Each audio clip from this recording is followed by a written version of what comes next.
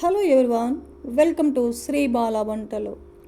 ఈరోజు మన tasty recipe కమ్మనైన కొత్తిమీర రైస్ను ప్రిపేర్ చేసుకుందామండి.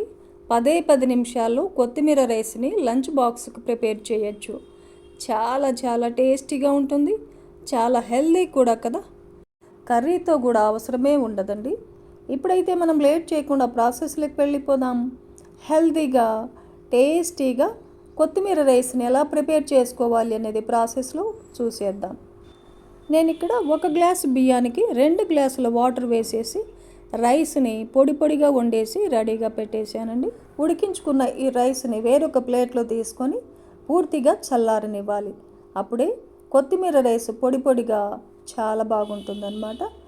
ఇప్పుడు ఒక చిన్న కట్ట కొత్తిమీరని తీసుకుని ఒక 2-3 సార్లు నీట్గా కడిగేసుకొని వాటర్ లేకుండా ఒక చిన్న మిక్సీ జార్లో వేసేసుకుందాం.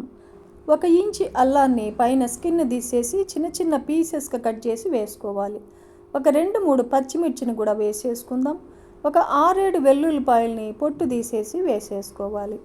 కొద్దిగా ఫ్రెష్ కరివేపాకును కూడా వేసేసుకొని 1 ఇంచుమైన చెక్క, ఒక 3-4 లవంగాలను కూడా వేసేసుకుందాం. మూత పెట్టేసి కొంచెం కోర్సుగా మిక్సీ పట్టుకోవాలి. ఇలా కొద్దిగా కోర్సుగా మిక్సీ పట్టేసుకుంటే బాగుంటుంది. ఇప్పుడు స్టవ్ ఆన్ చేసుకొని ఒక ప్యాన్ పెట్టేసుకొని నేను నెయ్యి వేస్తున్నానండి. మీకు నెయ్యి నచ్చకపోతే ఆయిల్ అయినా వేసుకోవచ్చు, కానీ నెయ్యితో చేసుకున్నామంటే కొత్తిమీర రైస్ టేస్ట్ చాలా బాగుంటుంది. ఒక 2 టేబుల్ స్పూన్లు వేరుశనగ గుళ్ళను వేసేసుకొని వేరుశనగ గుళ్ళు బాగా వేగిన తర్వాత 1/2 టేబుల్ స్పూన్ ఆవాలను వేసేసుకుందాం. 1/2 టేబుల్ స్పూన్ జీలకర్ర వేసేసుకోవాలి. 1 టేబుల్ స్పూన్ శనగబేడల్ని, 1 టేబుల్ స్పూన్ మినపగుళ్ళను కూడా వేసేసుకొని స్టవ్ని లో ఫ్లేమ్లో పెట్టేసుకొని పప్పు ధాన్యాలన్నీ వేయించుకుందాం. మరో 2-3 పచ్చిమిర్చిని చీలికలుగా కట్ చేసి వేసేసుకోవాలి. ఒక 2-3 ఎండుమిర్చిని కూడా తుంచేసి అలా వేసేసుకొని కొద్దిగా ఫ్రెష్ కరివేపాకును కూడా వేసేసుకొని వేయించుకుందాం. ఒక 1/2 టేబుల్ స్పూన్ పసుపుని యాడ్ చేసుకోవాలి. ఈ పోపునంతా బాగా వేయించేసుకున్న తర్వాత మిక్సీ పట్టుకున్న మసాలానంతా వేసేసుకుందాం.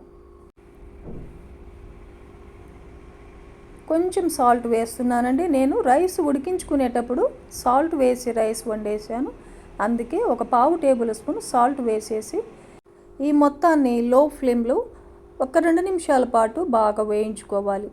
మసాలా పచ్చి వాసన పోయేంత వరకు బాగా వేయించేసుకొని చల్లారబెట్టుకున్న 1 కప్పు రైస్ని వేసేసుకొని ఈ మొత్తాన్ని కలిపేసుకోవాలి.